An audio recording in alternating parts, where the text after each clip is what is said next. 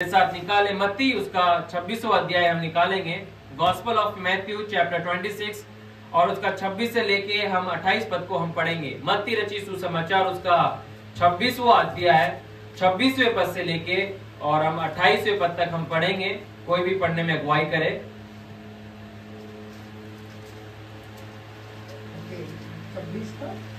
26 से लेके 28। 26 का 26 से लेकर 28 जी। जब वे भोजन कर रहे थे, यीशु ने रोटी ली और आशीष मांगकर तोड़ी और चेलों को देकर कहा, लो खाओ, यह मेरी देह है। फिर उसने प्याला लेकर धन्यवाद दिया और उन्हें देते हुए कहा, तुम सब इसमें से पियो, क्योंकि ये वाचा का मेरा वह लहू है जो बहुत लोगों के निमित्त पापों की क्षमा के लिए बहाया जाता है। अब यहाँ पे हमने जो बातें अभी पढ़ी है प्रभु के वचन से, तो हम इस बात को देख सकते हैं कि प्रभु भोज जो है वो किसने आरंभ किया, और हम परमेश्वर के वचन से ही इन बातों को हम देखेंगे। क्योंकि हम जो है प्रभु भोज लेते हैं तो प्रभु भोज से संबंधित उन बातों को, उन शिक्षाओं को हमें समझने की आवश्यकता है कि हम प्रभु भोज क्यों ले रहे हैं, और प्रभु भोज जो है हमें किस लिए लेना है, ये किसके द्वारा आरंभ किया गया है और हम कब इसे ले सकते हैं। बहुत सारे सवाल जो हैं हमारे मनों के अंदर आते हैं कि प्रभु भोज जो है हम कब लें और किस रीति से हम लें, कहां पर हम लें, है ना। तो इन तमाम बातों को आज हम परमेश्वर के वचन से हम देखेंगे और परमेश्वर के वचन के ही द्वारा उन बातों को सीखने का हम जो है प्रयास करेंगे। कोई भी निकाले लूका की इंजील और उसका 22वां अध्याय और उसके 14वें पद से पढ़ना कोई भी आरंभ करे। लूका की इंजील 22वां अध्याय और उसके 14वें पद से पढ़ना हम आरंभ करेंगे।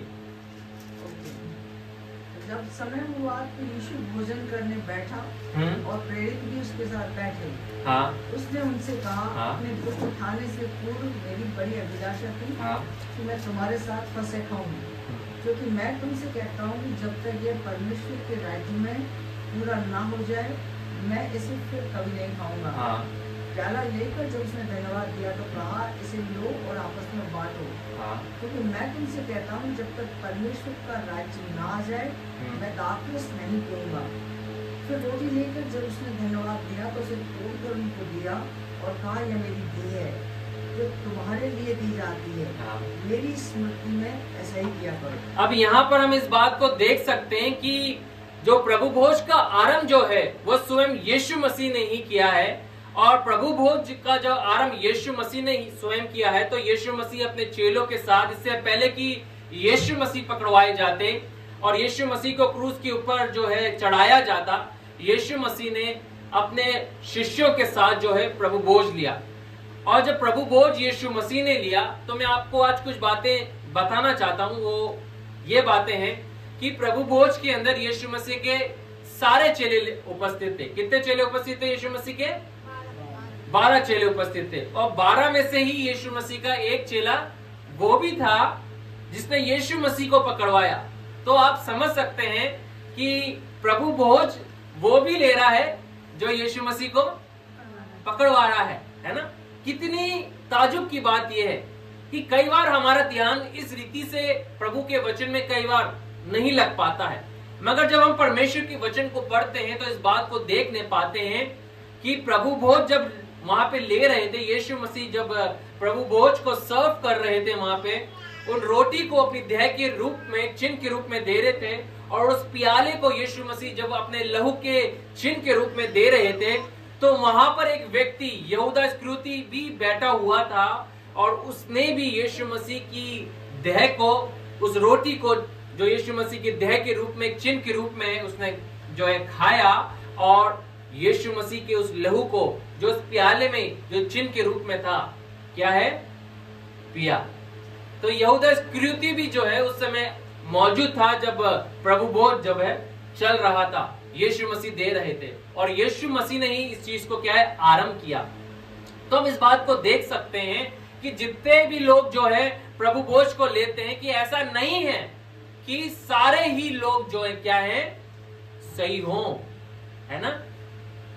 तो इसलिए परमेश्वर के वचन में आगे जाके हम देखेंगे कि प्रभु भोज जो है हमें किस रीति से हमें लेना है, क्योंकि यहूदा इस्करियोती भी वहां पे मौजूद था, उसने प्रभु भोज लिया और जब वो प्रभु भोज लेके उठा और गया तो तुरंत शैतान उसके अंदर क्या है, समा गया और वे यीशु मसीह के पकड़वाने वालों के पास जाता है और कुछ चांदी के सिक्कों के लालच में आके वो यीशु मसीह को क्या है, पकड़वा देता है ना। अब सोचे इस बात को, बड़ी गंभीरता से सोचने का ये विषय है कि जितने भी लोग प्रभु भोज लेते हैं, इसका मतलब ये नहीं है कि सभी सही हों, है ना। इसलिए परमेश्वर आगे चल के एक बात पौलुस के द्वारा कहते हैं कि मनुष्य अपने आप को जांचे। उसको हम आने वाले समय में हम देखेंगे, परमेश्वर के वचन से हम देखेंगे। और अभी जो हमने यहाँ पे पढ़ा वो ये कि यीशु मसीह जो है फसह के समय जो है ये ले रहे थे, है ना।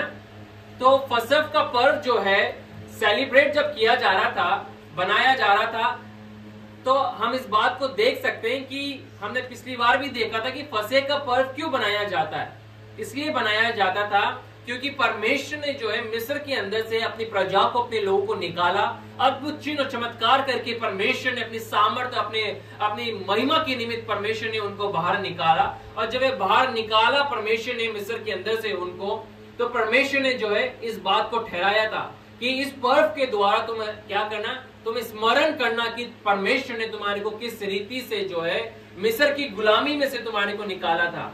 क्योंकि हम इस बात को देखते हैं कि अंतिम विपत्ति जब मिस्र के अंदर आती है तो परमेश्वर कहता है कि वो अपने मौत के उस दूत को जो है भेजेगा और जिसके किवाड़ के ऊपर, जिसके फाटक के ऊपर मेमने का लहू नहीं होगा, वो लहू नहीं लगा होगा, तो क्या है, वो मौत का सरदूत जो है वो क्या है, वहां पर जाएगा और उनके पैलोटों को जो है ले जाएगा, उनकी मृत्यु हो जाएगी। और मिस्र में हम देखते हैं किस रीति से इवन फिरो के बेटे की, उसके पहलोटे की मृत्यु हो जाती है, मगर परमेश्वर के लोगों के बच्चे जो हैं, पहलोटे जो हैं, वो बच जाते हैं। और उसका बचने का आधार ये होता है कि परमेश्वर ने एक विधि, परमेश्वर ने एक बात ठहराई थी कि तुम अपने किवाड़ों के ऊपर, अपने फाटकों के ऊपर जो है उस मेमने के लहू को तुम लगाना।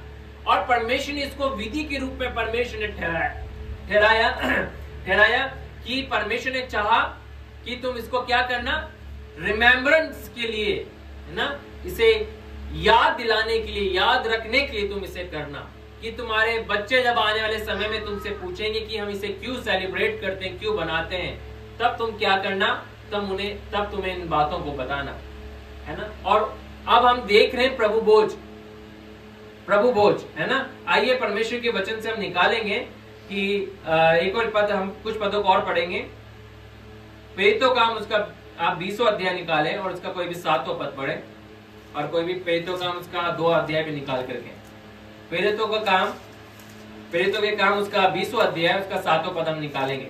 तो हमने इस बात को देखा कि ये विधि जो है, जो यीशु मसीह ने ही आरंभ करी है। यीशु मसीह ने ही अपने चेलों को जो है सर्वप्रथम, सबसे पहले प्रभु भोज दिया, और ये एक चिन्ह के रूप में परमेश्वर ने दिया। पढ़े कोई भी? हाँ, सप्ताह के पहले दिन। हाँ, कोई भी पढ़ दीजिए। सप्ताह के पहले दिन जब हम रोटी तोड़ने के लिए एकत्रित हुए तो पौलुस उनसे बातें करने लगा। अब कब प्रभु भोज को जो है पौलुस जो है अपने लेटर के अंदर उन बातों को जो है लिख रहा है। यहाँ पे जो है प्रेरितों काम जो है लूका जो है लिखता है, डॉक्टर लूका है, प्रेरितों काम की किताब को लिख रहा है। और यहाँ पर इस बात को बताया जा रहा है कि पौलुस जो है इस बात को बता रहा है कि सप्ताह के पहले दिन, है ना। तो प्रभु भोज कब ले रहे हैं वो लोग? सप्ताह के पहले दिन ले रहे हैं। कई बार हमारे अंदर सवाल आता है, हम इस बात को जान लिया हमने परमेश्वर के वचन से कि प्रभु भोज का आरंभ जो है स्वयं यीशु मसीह ने ही आरंभ किया और एक विधि के रूप में परमेश्वर ने इसे ठहराया है। मगर हमारे अंदर एक और सवाल आता है कि कब इसे हमें लेना है। तो हम इस बात को देखते हैं कि सप्ताह के पहले दिन, सप्ताह का पहला दिन कौन सा है? आज का दिन, है ना, रविवार का दिन, सप्ताह का पहला दिन जो है फर्स्ट संडे को वो क्या है ले रहे हैं। कोई भी निकाले, दूसरा अध्याय निकाले और उसका 42वां पद पढ़े प्रेरितों के काम का। और वे प्रेरितों से लगातार शिक्षा पाने, संगति रखने, रोटी तोड़ने और प्रार्थना करने में लंबीन रहे। अब लगातार वो क्या कर रहे हैं? लगातार केवल प्रार्थना नहीं कर रहे हैं, लगातार केवल संगति नहीं कर रहे हैं, लगातार वो क्या कर रहे हैं? रोटी भी तोड़ रहे हैं, है ना। फ्रीक्वेंसी, है ना, कि कब हमें लेना है। बहुत सारी बातें हमारे जीवन के अंदर आती है कि प्रभु भोज जो है हमें कब कब हमें लेना है। कई लोगों का मानना है कि प्रभु भोज जो है गुड फ्राइडे से पहले लेना है। कुछ लोग डिनोमिनेशन का मानना है कि प्रभु भोज जो है क्वार्टरली हमें लेना पड़ता है। कुछ लोगों का मानना है कि साल में एक बार लेना पड़ता है। कुछ लोग बोलते हैं कि हर महीने के पहले रविवार को लें, है ना। बहुत सारे लोगों ने बहुत सारी विधियों को, इस विधि को जो है अपने रीति से इसको क्या करा है, ट्रांसलेट किया है और अपने रीति के अनुसार उन्होंने क्या किया है, अपने कल्चर के अनुसार क्या है, उसे लेना आरंभ किया है। मगर हम परमेश्वर के वचन से देखेंगे कि इसकी फ्रीक्वेंसी क्या है। और हम परमेश्वर के वचन में क्या देख रहे हैं, प्रेरितों का काम उसके दूसरे अध्याय के 42वें पद में क्या लिखा हुआ है, वो निरंतर क्या कर रहे हैं, संगति कर रहे हैं और क्या कर रहे हैं, शिक्षा पा रहे हैं, शिक्षा भी पा रहे हैं, संगति कर रहे हैं, चेलों के पास आ रहे हैं, उनके पास बैठ रहे हैं, उनके साथ फेलोशिप कर रहे हैं, उनके साथ जो है शिक्षा को वे सीख रहे हैं, शिक्षा को वे प्राप्त कर रहे हैं। और उसके साथ साथ क्या कर रहे हैं, वे लोग प्रार्थना भी कर रहे हैं, उपवास भी कर रहे होंगे और क्या कर रहे हैं, रोटी तोड़ रहे हैं। रोटी कौन सी तोड़ रहे हैं, वो क्या है रोटी तोड़ने का तात्पर्य, क्या है रोटी तोड़ने का मतलब यहाँ पर। तो हम इस बात को परमेश्वर के वचन से देख सकते हैं कि वो लगातार क्या कर रहे हैं, रोटी को तोड़ रहे हैं। आइए इसका 46वां पद भी पढ़े, क्या लिखा हुआ है। अधिकतर जगह इस पद को नहीं पढ़ा जाता है। जब भी प्रभु भोज के बारे में शिक्षा दी जाती है कि प्रभु भोज जो है कलीसिया के अंदर लेना है, तो वह प्रेरितों का काम 20वें अध्याय के 7वें पद को पढ़ लेते हैं कि पहले रविवार को लें, है ना। उसके 42वें दूसरे अध्याय के 42वें पद को भी पढ़ देते हैं। मगर इस पद को जो है अधिकतर मैंने नोटिस किया है कि वे लोग इस पद को नहीं पढ़ते हैं। मैंने काफी रिसर्च किया इसके ऊपर और मैंने बहुत सारी बात जगह जा जाके, अलग अलग वेबसाइट पे जा जाके मैंने स्टडी करी। मैंने देखा कि अधिकतर लोगों ने इस पद को जो है इंक्लूड नहीं किया। क्यों इंक्लूड नहीं किया, क्या कारण है इंक्लूड नहीं करने का? पढ़िए क्या है, क्या लिखा है इस वचन के अंदर। वे एक मन होकर दिन प्रतिदिन मंदिर में जाते। आप ध्यान से सुनिए, वो एक मन होकर दिन प्रतिदिन मंदिर में जाते और घर घर रोटी तोड़ते हुए आनंद और मन की सीधाई से, आनंद और मन की सीधाई से एक साथ भोजन किया करते थे, एक साथ जो है भोजन किया करते थे। अब इस बात को हम देख सकते हैं परमेश्वर के वचन के अंदर कि प्रभु का वचन जो है इन बातों को बड़ी खूबसूरती के साथ हमारे सामने जो स्पष्ट करता है। परमेश्वर का वचन कि प्रेरितों के काम के अंदर इस बात को दिया गया है कि लिखा है, वे प्रतिदिन एक मन होकर मंदिर में, प्रतिदिन वे एक मन होकर मंदिर में इकट्ठे होते थे और घर घर रोटी तोड़ते हुए आनंद और मन की सीधाई से भोजन किया करते थे। भोजन भी करते थे मगर वे रोटी तोड़ते थे। जब जब वो मिला करते थे, जब जब वो फेलोशिप किया करते थे, तो वो क्या करते थे, प्रभु भोज को लिया करते थे। कई बार हमारे अंदर ये कॉन्सेप्ट आ जाता है कि प्रभु भोज हम कब लें, कब हमें प्रभु भोज को लेना है। मगर परमेश्वर के वचन से ही हम सीख सकते हैं। किसी मनुष्य की डॉक्ट्रिन से हम अपने आत्मिक जीवन की तुलना नहीं कर सकते या अपने आत्मिक जीवन को हम जी नहीं सकते हैं। हमें परमेश्वर के वचन से जीने का जो है आधार हमें चाहिए। हमें परमेश्वर के वचन के आधार पे हमें आत्मिक जीवन को जीना चाहिए। हमारे जो निर्णय होने चाहिए वो परमेश्वर के वचन के आधार पर होने चाहिए। अगर हम किसी बात को फॉलो कर रहे हैं तो हमारे को उन बातों को फॉलो करने का जो आधार होना चाहिए, किसी मनुष्य का ट्रेडिशन नहीं होना चाहिए, किसी मनुष्य का लॉजिक नहीं होना चाहिए, मगर परमेश्वर का क्या होना चाहिए, वचन होना चाहिए। और वचन में क्या लिखा है, वो क्या कर रहे हैं, वे प्रतिदिन एक मन होकर मंदिर में इकट्ठे होते थे। वे परमेश्वर के चरणों में जा रहे हैं, प्रभु के भवन में वे आ रहे हैं, प्रतिदिन आ रहे हैं। पहले के समय में लोग क्या किया करते थे, लगातार संगति करते थे। और आज के समय में हम देख सकते हैं, वो पहली शताब्दी थी, फर्स्ट सेंचुरी के डिसाइपल्स थे वो। मगर आज जब अंतिम सेंचुरी के जो डिसाइपल्स हैं, कलीसिया के जो लोग हैं, वो फेलोशिप नहीं करना चाहते हैं और फेलोशिप नहीं करना चाहते और रोटी को तोड़ने के महत्व को नहीं समझना चाहते। मगर पहले के समय के जो लोग हुआ करते थे वो क्या करते थे, उनके अंदर गलत शिक्षाएं नहीं थी। बहुत सारे जगह मैंने एक आर्टिकल्स को पढ़ा और उन आर्टिकल्स के अंदर कई सारे स्कॉलर्स थे, उन्होंने इस बात को लिखा कि फर्स्ट सेंचुरी के जो डिसाइपल होते थे उनको इतनी नॉलेज नहीं थी खुदा के वचन की। मगर आज हमें है, इसलिए हमें जो है परमेश्वर की उस भोज को जो है हमें इस रीति से हमें लेना है। अगर ऐसा था तो परमेश्वर भाई उनके साथ होके नहीं चलता। अगर ऐसा था, उनको ज्ञान नहीं होता, हाँ उनको बहुत सारी बातों में ज्ञान नहीं होगा, वो इतने ज्ञानी नहीं होंगे, लोग उन्हें अनपढ़ बुलाते थे, मगर लोग इस बात की गवाही देते थे ये वो लोग हैं जिनके साथ यीशु मसीह चला फिरता था, ये वो लोग हैं जिनके साथ प्रभु यीशु मसीह जो है महान कामों को किया करता था, है ना। उनके साथ परमेश्वर की उपस्थिति थी, परमेश्वर की प्रेजेंस उनके साथ थी, और वो सीधे मन के लोग थे, उनके अंदर ऐसी कोई चतुराई नहीं थी। अगर आप आगे को पदों को आप पढ़ेंगे, 45वां पद पढ़े, क्या लिखा हुआ है दूसरा अध्याय का। वे अपनी संपत्ति और सामान बेचकर जैसी जिसकी आवश्यकता होती थी सबको बांट दिया करते थे। ये पद तो आज कोई प्रचार ही नहीं करता होगा, है ना। वे अपनी अपनी संपत्ति और सामान बेचकर जैसी जिसकी आवश्यकता होती थी बांट दिया करते थे, है ना, बांट दिया करते थे। आज इन वचनों को उस रीति से बोला नहीं जा रहा है, प्रचार नहीं किया जाता है, मगर हम परमेश्वर के वचन में इस बात को देख सकते थे। इसलिए मैंने कहा वे मन के सीधे लोग थे, भले से उनको बड़ा ज्ञान नहीं होगा, भले से वो बहुत सारी बातों को नहीं जान पाते होंगे, मगर वे मन के सीधे लोग थे, और वे परमेश्वर के राज्य में परमेश्वर की महिमा के निमित्त काम को करना जानते थे। और इसलिए वो क्या करते थे, जब प्रतिदिन वे संगति करते थे तो वो क्या करते थे, रोटी को तोड़ा करते थे। रोटी को तोड़ने का क्या तात्पर्य है, ये रोटी किस बात को दिखा रही है, प्रभु भोज को दर्शा रही है। अभी हमने थोड़े समय पहले क्या पढ़ा, प्रेरितों का काम उसके 20वें अध्याय के 7वें पद में, वहां पे क्या टर्म को यूज कर रहा है पौलुस, दोबारा से पढ़े, क्या टर्म यूज कर रहा है। सप्ताह के पहले दिन, हाँ सप्ताह के पहले दिन जब हम रोटी तोड़ने के लिए एकत्रित हुए। कई सारे लोग लॉजिक लगाते हैं कि वो प्रभु भोज के बारे में नहीं लिखा गया, मगर वही टर्म जो है यहाँ पर भी यूज किया गया है, वही शब्द जो है यहाँ पर भी यूज किया गया कि रोटी तोड़ने का।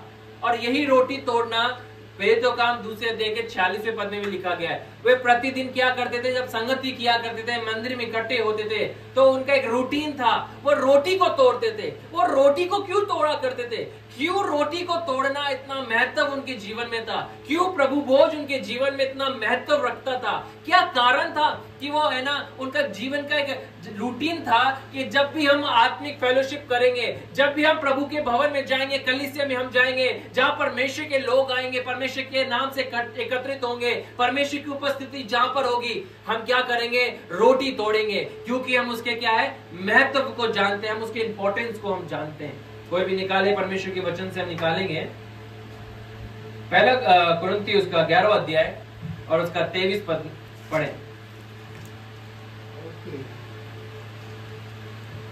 रोटी तोड़ने के विषय में हम देख रहे हैं, 11 का 23 पद से 23। जो बात मैंने तुम्हें सौंपी, पौलुस कह रहा है, मुझे प्रभु से मिली है। अब मैं सबसे इंपॉर्टेंट बात जो क्लियर करना चाहता हूँ ये कि पौलुस जो है कलीसिया को जो जब लेटर लिख रहा है, वो इस लेटर में बोल रहा है क्योंकि ये बात मुझे प्रभु से पहुंची, परमेश्वर ने उसे रिवील किया, परमेश्वर ने उसे रेवलेशन दिया, पौलुस को रिवील किया, है ना। क्या बात है, रिवील करी।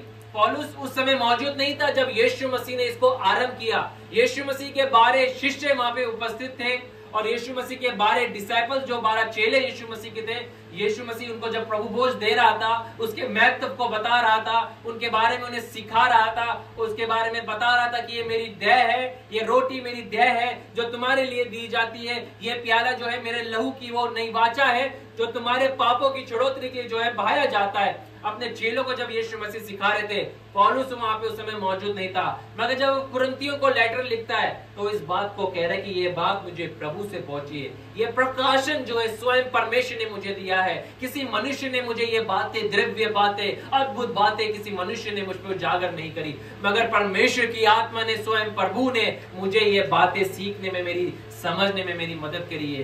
प्रभु ने बताइए क्या मदद करी है, आइए पढ़े आगे। कि प्रभु यीशु ने जिस रात में पकड़वाया गया, हाँ, जिस रात में पकड़वाया गया, रोटी ली और उसने धन्यवाद देकर रोटी तोड़ी, हाँ, और कहा, हाँ, यह मेरी देह है हाँ। जो तुम्हारे लिए है, हाँ। मेरे स्मरण के लिए यही किया करो। मेरे स्मरण के लिए यही किया करो। For my remembrance. मैंने क्या कहा था आरंभ में? ये प्रभु भोज जो है हम रिमेम्बरेंस के लिए ले रहे हैं। किस बात के लिए रिमेम्बर के लिए हम ले रहे हैं? जिस प्रकार से पुराने नियम के अंदर फसह का पर्व ठहराया गया था और उस समय जो है वो उस पर्व को बनाया करते थे, प्रभु ने ठहराया था कि जब तुम्हारे बच्चे बड़े होंगे वे तुमसे पूछेंगे कि ये हम क्यों ले रहे हैं, है ना? इसलिए परमेश्वर ने ठहराया था कि तुम उस याद में से लेना और जब तुम्हारे बच्चे पूछेंगे तुम इसे बताना, है ना? और यहाँ पर भी हम इस बात को देख रहे हैं, ये मेरे रिमेम्बरेंस के लिए जो है, मेरे स्मरण के लिए तुम इसे क्या है लेना। आगे पढ़े। इसी प्रकार भोजन के पश्चात हाँ। उसने यह कहते हुए कटोरा भी लिया, ये मेरे लहू में नई वाचा का कटोरा है। हाँ। जब जब तुम इसमें से पियो तब तब मेरे स्मरण के लिए यही किया करो। अब दूसरी बार यहाँ पे जो है पौलुस अपनी कलीसिया को जो है वहां पे लेटर के अंदर लिख रहा है कि मेरे स्मरण के लिए यही किया करो। जब जब तुम क्या करो, फेलोशिप जब करते हो और जब जब तुम रोटी तोड़ते हो तो मेरे रिमेम्बरेंस के लिए तुम इसको क्या है तोड़ा करो। जब इस प्याले में से तुम लेते हो तो मेरे रिमेम्बरेंस के लिए, मेरे स्मरण के लिए तुम क्या है इसे लो। और आगे क्या लिखा है? क्योंकि जब जब यह मेरे लहू में नई वाचा का कटोरा है, हाँ। जब जब तुम इसमें से पियो तब तक मेरे स्मरण के लिए यही किया करो। क्योंकि जब जब तुम इस रोटी को खाते और इस कटोरे में से पीते हो तो जब तक प्रभु ना आ जाए उसकी मृत्यु का प्रचार करते हो। आमीन, प्रेज द लॉर्ड। उसकी मृत्यु को क्या करते हो? प्रचार करते हो। उसकी मृत्यु का प्रचार करते हो। और उसकी मृत्यु के प्रचार को करना जो है, कई बार हम इस बात को भूल जाते हैं, मगर चेले लोग जब जब मिला करते थे, फेलोशिप किया करते थे, जब जब वे रोटी तोड़ते थे, जब जब वे प्रभु भोज को लेते थे, उस प्याले में से पीते थे, वो इसलिए गंभीरता के साथ इसको लेते थे और इसको निरंतर फ्रीक्वेंसी में जो इसको लिया करते थे, क्योंकि वो उसकी मृत्यु का प्रचार, उसकी मृत्यु का प्रचार किया करते थे। यहाँ पे लिखा है, क्या लिखा हुआ है 26वें पद में? क्योंकि जब कभी तुम इस कटोरे रोटी खाते और इस कटोरे में से पीते हो तो प्रभु की मृत्यु को जब तक वे ना आए प्रचार करते हो। ये प्रभु भोज जो है जब हम लेते हैं तो हम यीशु मसीह के याद में लेते हैं कि वे हमारे लिए मारा गया है, उसकी मृत्यु का प्रचार करते हो। और फर्स्ट सेंचुरी के जो डिसाइपल्स थे, फर्स्ट सेंचुरी के जो अपोस्टल्स हुए, फर्स्ट सेंचुरी के जो बिलीवर्स हुए, जो चर्च हुआ, वो इस बात को बड़ी गंभीरता से जानता था। उनके अंदर बड़ी गंभीरता थी, इस बात की थी कि यीशु हमारे लिए मारा गया है। हमने उसकी मृत्यु की गंभीरता हमने जान ली है, हमने उसकी मृत्यु के विषय में हमने गहराई से जान लिया है। चेले लोगों ने जान लिया है कि उसने एक बड़ी कीमत हमारे पापों की क्षमा के लिए चुकाई है। हालेलुया। उसने हमारे पापों के लिए बड़ी गहरी कीमत, बड़ी कीमत जो है उसने चुकाई है मेरे मृत्यु के स्मरण के लिए। जब तक ना आए, जब तक यीशु मसीह दोबारा ना आए, यानी कि वो जी उठा है, वह मुर्दों में से जी उठा है, मगर प्रभु भोज जब हम लेते हैं, हम उसके मृत्यु उसके याद में, उसके स्मरण में हम लेते हैं कि वो हमारे लिए मारा गया, उसको हमारे लिए कोड़े लगे, उसको हमारे लिए वेदनाएं दी गई, उसने हमारे लिए दुख उठाया। जो दुख मुझे उठाना चाहिए था कलवरी क्रूस के ऊपर, उसने हमारे लिए उस दुख को उठाया। जो कोड़े मुझे लगने चाहिए थे उसने यीशु मसीह ने अपने ऊपर ले लिए। जो तकलीफ हमें सहनी चाहिए थी, जो बदनामी हमें सहनी चाहिए थी, वो यीशु मसीह ने क्या है अपने ऊपर ले ली। हमारी सारी दुर्बलता को, हमारी सारी तकलीफ को यीशु मसीह लिए क्रूस के ऊपर चढ़ गया, है ना। जो हमारा भाग था उसने ले लिया और उसने अपना भाग हमें दे दिया। हालेलुया, है ना। उसने हमारी बीमारी, हमारे अधर्म, हमारे सारे कुकर्म जो हमने करे थे, वो पाप का बोझ लिए चढ़ गया और अपनी धार्मिकता उसके द्वारा हम तक पहुंचा दी। इतना महान काम उसने किया। इसलिए फर्स्ट सेंचुरी के जो डिसाइपल्स जो थे, चेले जो लोग थे, जब जब वो संगति किया करते थे, वो प्रभु भोज को लिया करते थे, निरंतर प्रभु भोज को लेते थे, क्योंकि वो स्मरण करना चाहते थे। वो निरंतर इस बात की गंभीरता को जानते थे और इस गंभीरता में अपने जीवन को जीना चाहते थे कि यीशु मसीह ने एक बड़ी कीमत चुकाई है। पाप की कीमत बहुत बड़ी है, पाप की कीमत बहुत गहरी है और उसको हम भूलना नहीं चाहते। मगर ये बहुत ही दुखदायी बात है कि आज के समय में मसीह लोगों ने जो है प्रभु भोज को केवल एक विधि के रूप में ठहरा दिया है, एक ट्रेडिशन के रूप में ठहरा दिया है कि सप्ताह के पहले दिन जाके जो है रविवार में कलीसिया में जाके प्रभु भोज को ले ले, मगर उसके महत्व को नहीं जान पाते कि उसकी मृत्यु के बारे में हम इसको लेने से जो है प्रचार करते कि वो हमारे लिए इसने अपने देह को तोड़वाया है। जब हम उसकी रोटी में से खाते हैं, जब प्रभु भोज में से जब हम रोटी को लेते हैं और रोटी को जब हम तोड़ते हैं, वो इस बात का चिन्ह है, वो इस बात का प्रतीक है कि यीशु मसीह ने अपनी देह को तोड़वाया है। तो यीशु मसीह ने जो है अपनी देह को जो है हमारे लिए दे दिया है। उन कोड़ों को, उन तकलीफों को जो यीशु मसीह ने हमारे लिए अपने शरीर के ऊपर जो है सही है। और जब उस प्याले में से जो हम पीते हैं, वो इस बात का चिन्ह है कि यीशु मसीह जब क्रूस पे चढ़ाया गया था, उसका जो एक एक रग रग में की बूंद जो है उसके शरीर में से निकलती चली जा रही थी, टपक रही थी। इस संसार पृथ्वी के ऊपर जब उसकी एक एक बूंद टपक रही थी, एक एक बूंद उसकी टपक रही थी, इसलिए तो यीशु मसीह को क्या लगी? प्यास लगी। क्यों प्यास लगी यीशु मसीह को? क्योंकि वो मनुष्य के रूप में आया, और जब मनुष्य के रूप में आया उसका शरीर में से लहू बह रहा था, निरंतर बह रहा था, और जब लहू बह रहा था उसके होठ सूख रहे थे, उसको प्यास लग रही थी। इतनी वेदना उसने सही है, वो लहू जो है इतनी आसानी से उसने नहीं बहाया है, उसने कीमत चुकाई है। पिता से पूछे कि उसने अपनी बेटे को देके जो है कितनी बड़ी कीमत चुकाई है, बहुत बड़ी कीमत चुकाई गई है। ये प्रभु भोज केवल एक ट्रेडिशन के रूप में नहीं है। आज हम थोड़े समय बाद प्रभु भोज को हम भी लेंगे, मगर इसकी गंभीरता को हमें समझना है कि हमें इसे गंभीरता के साथ लेना है, और इस बात को समझ के लेना है कि उसने अपने आप को हमारे लिए क्या है? दे दिया। और चेले लोग इस बात को समझते थे, इसलिए वो निरंतर इस बात को लेते थे। जब जब वो आत्मिक संगति किया करते थे, फेलोशिप को किया करते थे, तो उनके अंदर इस बात की गंभीरता थी कि यीशु मसीह ने हमारे लिए अपने आप को दे दिया, हमारे लिए अपने देह को तोड़वाया है।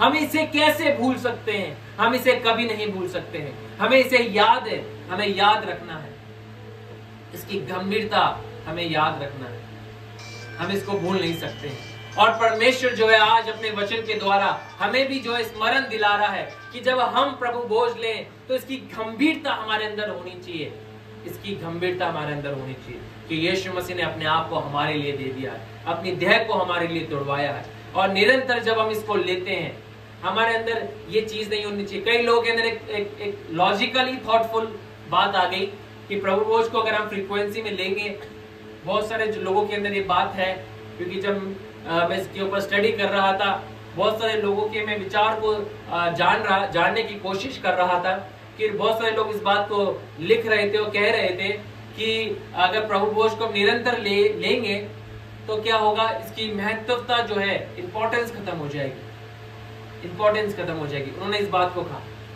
तो मैंने सोचा कि अगर ऐसा था तो फर्स्ट सेंचुरी के लोगों के जीवन के अंदर इसकी इंपॉर्टेंस क्यों खत्म नहीं हुई?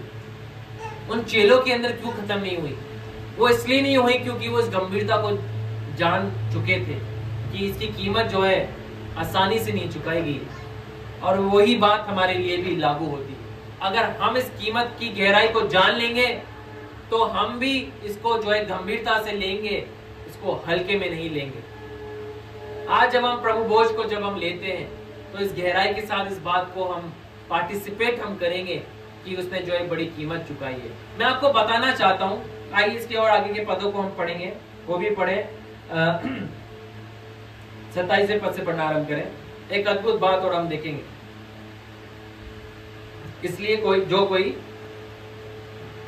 पहला कुरिन्थियों 11 अध्याय और उसका 27वां पद हम पढ़ेंगे। मैं पढ़ देता हूं। इसलिए जो कोई अनुचित रीति से प्रभु की रोटी खाए या उसके कटोरे में से पिए, वे प्रभु की देह और लहू का अपराधी ठहरेगा। एक वार्निंग भी यहाँ पर दी गई है कि अनुचित रीति से हमें इसे कभी भी नहीं लेना है, कभी भी नहीं लेना है। इसलिए मनुष्य अपने आप को जांच ले और इसी रीति से इस कटोरे में से खाए और इस कटोरे में से पिए, इस रोटी में से खाए और इस कटोरे में से पिए, क्योंकि जो खाते पीते समय प्रभु की देह को ना पहचाने। अगर हमने प्रभु की देह को नहीं पहचाना, यीशु मसीह को अपने जीवन में उद्धारकर्ता के रूप में नहीं जाना है, तो लिखा है वे वह इस खाने और पीने से अपने ऊपर दंड लाता है। इसी कारण तुम में से बहुत से निर्बल और रोगी हैं और बहुत से सो भी गए। यदि हम अपने आप को जांचते तो दंड ना पाते, परंतु प्रभु हमें दंड देकर हमारी ताड़ना करता है, इसलिए कि हम संसार के साथ दोषी ना ठहरे। तो हम इस बात को देख सकते हैं कि जो विधि यीशु मसीह ने ठहराई है, दो ही विधि जो है नए नियम के अंदर ठहराई गई है मसीह लोगों के लिए। पहली विधि क्या है आप जानते हैं? प्रभु भोज से पहले बपतिस्मा। यीशु मसीह ने क्या कहा? जो उद्धार पाए, यीशु मसीह को जिन्होंने ग्रहण किया, वो कलीसिया के सामने गवाही के रूप में, चिन्ह के रूप में क्या ले? पानी का बपतिस्मा ले। ये एक पहली विधि है जो नए नियम में हम देख सकते हैं। दूसरी विधि जो है नए नियम में हम देखते हैं वो प्रभु भोज है, कि जब आप यीशु मसीह को ग्रहण कर लेते हैं, बपतिस्मा दे के उसकी गवाही जब आप देते हैं और उसके पीछे आप चलने का निर्णय लेते हो, चलते हैं, फॉलो करते हैं अपने जीवन को, तो आप क्या है? कलीसिया में जब एकत्रित होते हैं आप प्रभु भोज ले सकते हैं, है ना। और प्रभु का वचन इस बात को कह रहा है 30वें पद में, इसी कारण तुम में से बहुत से निर्बल और रोगी हैं और बहुत से सो भी गए। तो हम इस बात को देख सकते हैं कि प्रभु भोज जो एक हल्के रूप में हमें नहीं लेना है, इस बात को समझ के हमें लेना है। अगर हम बिना समझे, मेरी बात की ओर ध्यान दीजिएगा भी, अगर हम बिना समझे प्रभु भोज को लेते हैं तो हम क्या पाते हैं? दंड को पाते हैं, न्याय आता है, तकलीफें आती है, बीमारी आती, बहुत सारी बीमारियां आ जाती हैं, है ना। मगर जब हम जान के लेते हैं, तो मैं आपको इंकरेज करना चाहता हूं यीशु के नाम से, जब हम यीशु की देह को जान के ले रहे हैं, गंभीरता के साथ ले रहे हैं, प्रभु को अपने जीवन में मुक्तिदाता उद्धारकर्ता के रूप में ग्रहण करके उसके पीछे चल के अगर हम ले रहे हैं, उसकी कीमत को जान के हम ले रहे हैं, तो आशीषें भी आती है, हालेलुया, चंगाई भी आती है, सामर्थ भी आता है, महान काम भी होते हैं। अगर एक तरफ दंड भी आता है, अगर एक तरफ न्याय भी होता है, अगर एक तरफ रोगी भी हैं, अगर एक तरफ बहुत से दुर्बल भी हैं, तो दूसरी तरफ हम इस बात को देख सकते हैं कि प्रभु भोज के द्वारा जो है परमेश्वर की चंगाई भी, परमेश्वर की महानता भी, प्रभु का ईश्वरीय सामर्थ भी हमारे शरीर में जो है अंश अंश करके हमारे अंदर प्रवेश करता चला जाता है, क्योंकि हम जो एक चिन्ह के रूप में उसकी देह को खा रहे हैं और चिन्ह के रूप में उसके लहू को जब हम पी रहे हैं, हमारे शरीर का वे हिस्सा बन रही है, हमारे शरीर का वे एक हिस्सा बन रही है। तो मैं आपको बताना चाहता हूँ एक गवाही। आज से कई साल पहले, लगभग 2010 के अंदर, मैं कुछ लोगों के साथ जो है, एक भाई के साथ और कुछ भाइयों के साथ बांसवाड़ा जो है राजस्थान में पाया जाता है, उस शहर में हम गए। और 2010 में जब हम वहां पर प्रभु की सेवा के लिए हम गए थे, तो वहां पर एक प्रचारक को वहां पे इनवाइट किया गया था, और वहां पे वे बाहर दूसरे राज्य से आए थे और हमें वर्शिप लीड करने के लिए वहां पे बुलाया गया था। और हम worship leader, as a prayer warrior के रूप में हम वहां पर गए थे। और जब हम अपनी सेवा को वहां पे दे रहे थे, तो वहां पे उस प्रचारक को मैं भी बैठ के सुन रहा था और उनकी गवाही को मैंने सुनी। और उनको जो उनकी गवाही में ये था कि उनको जो है रीढ़ की हड्डी के अंदर कैंसर हो गया था और वो प्रभु की सेवा कर रहे थे। वह प्रभु के एक अभिषेक दास अभी भी है, और एक गवाही सोचिए 14 साल पहले की गवाही, उससे 5-6 साल पहले उन्होंने उस तकलीफ में हुए थे, यानी कि 2005 या 6 की उनकी गवाही थी। और वह आज भी प्रभु में सामर्थ्य योद्धा है, जीवित है। उनको जब रीढ़ की हड्डी का कैंसर डायग्नोस हुआ और वो तकलीफ में से होके जब वे जा रहे थे, तो बहुत सारी टेस्टों को वे करा रहे थे, डॉक्टरों के पास वे जा रहे थे, और वो बहुत ही कमजोर पड़ गए थे, तकलीफ में आ गए थे, क्योंकि रीढ़ की हड्डी का कैंसर जो था उनको बड़ा पेनफुल उनके लिए था, क्योंकि उनको चलने में तकलीफ थी, लेटने में तकलीफ थी, रात को वे सो नहीं पाते थे ढंग से, और बड़ा पेन उनको रहता था। और वे परेशान थे कि मैं कैसे इस बीमारी से निजात को मैं पाऊं, कैसे मैं चंगाई को प्राप्त करूं। और जब वे प्रचार करते हुए अपनी गवाही को दे रहे थे, उन्होंने इस बात को कहा, मैं छोटे में गवाही को देना चाहता हूं, और उन्होंने इस बात को कहा कि जब वो सिटी स्कैन करा के आए, और सिटी स्कैन करा के जब वे आए, तो डॉक्टर ने बताया कि आपकी रीढ़ की हड्डी में यहाँ पर कैंसर जो है बहुत ज्यादा बढ़ चुका है, और आपके पास कुछ ही क्षण का बचे हैं, कुछ ही महीने आपके बचे हुए हैं इस संसार में। आप अपनों के साथ अच्छे से जिए, उनके जो माता पिता थे, उनके जो रिश्तेदार थे, उनको बोला इनका ध्यान आप रखें। मगर उन्होंने इस बात को जो है गहराई से इस वचन के द्वारा सीखा। जब वो प्रभु भोज के विषय में वचन को पढ़ रहे थे, प्रभु ने कहा कि मैं अपनी चंगाई तुझे प्रभु भोज के द्वारा दूंगा, क्योंकि प्रभु ने कहा कि तू मुझे जान के प्रभु भोज जब लेगा तो क्या होगा, चंगाई भी आएगी। और जब वे कलीसिया के अंदर गए और उन्होंने प्रभु की मेज में उन्होंने पार्टिसिपेट किया, परमेश्वर के भवन में जाके, और उन्होंने प्रभु की देह को जब उस रोटी के रूप में उन्होंने खाया और उस प्याले में से उस जो लहू के रूप में, चिन्ह के रूप में था, उसको पिया, और जब उन्होंने प्रार्थना करके उसमें सहभागी हुए कलीसिया के साथ, परमेश्वर के सेवक और कलीसिया के साथ, और जब वे घर पे आए तो एक विश्वास के साथ आए कि प्रभु जैसा तूने अपने वचन में मुझे सिखाया मैंने वैसा किया परमेश्वर। और जब वे घर पे आके सोए, अगले दिन वो वापस सिटी स्कैन कराने गए, और जब वो वापस सिटी स्कैन कराने गए तो आपको पता है क्या हुआ, वो जो रीढ़ की हड्डी का जो कैंसर जो था ना, जो रिफ्लेक्ट कर रहा था सिटी स्कैन के अंदर, वो कैंसर जड़ से खत्म हो गया। और डॉक्टर इस बात को ताजुब करने लग गए कि विद इन फ्यू डेज, कुछ ही दिनों के अंदर ही इतना गंभीर कैंसर जिससे आपकी कुछ महीनों के अंदर या दिनों के अंदर मृत्यु होने वाली थी, ये जड़ से कैसे गायब हो गया। और वो अपने प्रचार में इस बात को कह रहे थे कि ये इस बात के द्वारा हुआ कि यीशु मसीह ने मेरे लिए जो है कीमत तो चुकाई है, यीशु मसीह ने मेरे लिए कोड़ों को खाया है, यीशु मसीह ने मेरे लिए दुख को सहा है, तो इस बीमारी का मेरे शरीर में कोई स्थान नहीं है। और चिन्ह के रूप में उन्होंने जब प्रभु भोज लिया और इस बात को डिक्लेयर किया, प्रभु ये तेरी देह मेरे लिए तोड़वाई गई है प्रभु जी, और जब मेरे लिए तोड़वाई है यीशु मसीह, तो कैसे मैं बीमारी में अपने जीवन को जी सकता हूँ प्रभु जी। अगर इसको अनुचित रीति से खाने से लोग बीमार हो सकते हैं, तो खुदा इसको सही रीति खाने से शुद्ध भी हो सकते हैं प्रभु जी, ठीक भी हो सकते हैं, चंगे भी हो सकते हैं प्रभु जी।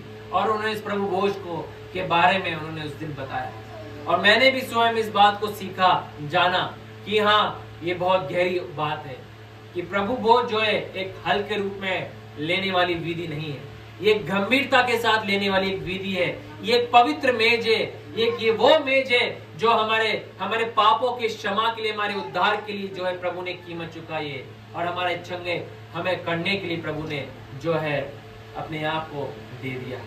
तो आज जब हम प्रभु भोज में सहभागी हों तो हम इस गंभीरता के साथ हो और इस दृढ़ निश्चयता के साथ हो कि परमेश्वर ने अपने आप को हमारे लिए दे दिया। आइए हम अपने स्थानों पे जब हम खड़े होते हैं, परमेश्वर के सम्मुख हम जाएंगे, प्रार्थना के साथ इस मेज में जो है हम सहभागी होंगे, इस बात को जानते हुए कि खुदा तूने अपने आप को हमारे लिए दे दिया प्रभु जी, तूने एक बड़ी कीमत चुकाई है परमेश्वर।